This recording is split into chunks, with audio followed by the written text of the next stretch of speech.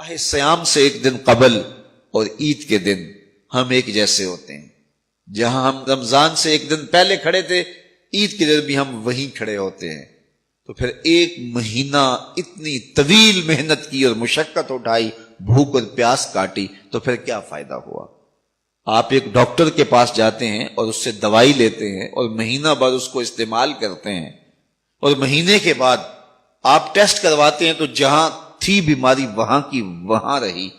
تو پھر دو باتیں ہیں، یا تو ڈاکٹر نے دوا ٹھیک نہیں دی، یا پھر آپ نے دوائی کے ساتھ پرہیز نہیں کیا اور جہاں تھے وہیں کے وہیں کھڑے رہ گئے. تو ڈاکٹر کے پاس دوبارہ جائیں گے تو وہ کہے گا جناب اس بیماری سے نجات تو ایک مہینے کے کورس سے ہو جاتا تھا، تو آپ کو آرام کیوں نہیں آیا؟ آپ نے پرہیز نہیں کیا.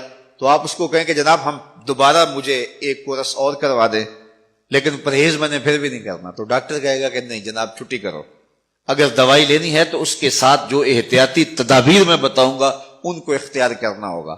لیکن اگر کوئی شخص پھر دوسرا مہینہ کھاتا ہے اور احتیاطی تدابیر اختیار نہیں کرتا اور پھر ڈاکٹر کے پاس جا کہتا جناب آرام نہیں آیا، تو ڈاکٹر پھر اس کو کہے چلو دوبارہ لے لو، تو وہ تیسرے مہینے بھی کھائے، چوتھے مہینے بھی کھائے، ساری زندگی بھی کھاتا رہے، احتیاطی تدابیر نہیں کرے گا تو جہاں صحت تھی وہیں کی وہیں رہے گی. ماہ سیام آیا، پورا مہینہ دوائی لی، اور عید کے دن جب ٹیسٹ کروایا تو جہاں تھے وہیں کھڑے تھے. یا تو پھر دوائی ٹھیک نہیں ہے، میرے رب کی دوائی کس طرح ٹھیک نہیں ہو سکتی؟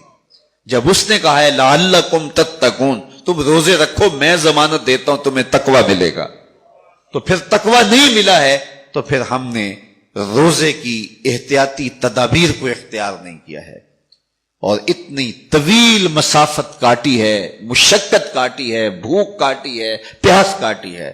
لیکن اگلے سال ہم پھر آئے تو ہم پھر اسی طرح وہ مشقت کاٹنے لگے اور احتیاطی تدابیر ہم نے پھر اختیار نہیں کی. من لم یدع قول الزور والعمل به فلیس للہ حاجۃ فی ان یدع طعامہ وشرابہ.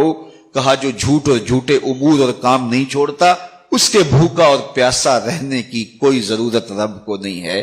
وہ روزے کے ذریعے سے تمہاری تہذیب نفس کرنا چاہتا ہے، تمہارے من کو سنوارنا چاہتا ہے، تمہارے اندر کی غلاظتیں دور کرنا چاہتا ہے، لیکن تم اس کو احتیاطی تدابیر کے ساتھ لینے کے لیے آمادہ نہیں ہو.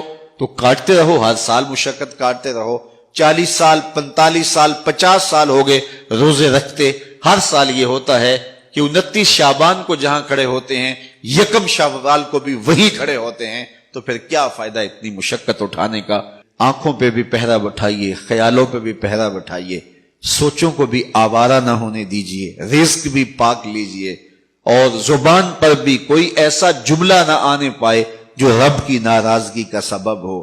خیال بھی نہ بھٹکے، نظر بھی نہ بہکے، اور ایک ایک عمل زندگی کا خوبصورت ہو، منظم ہو، مرتب ہو.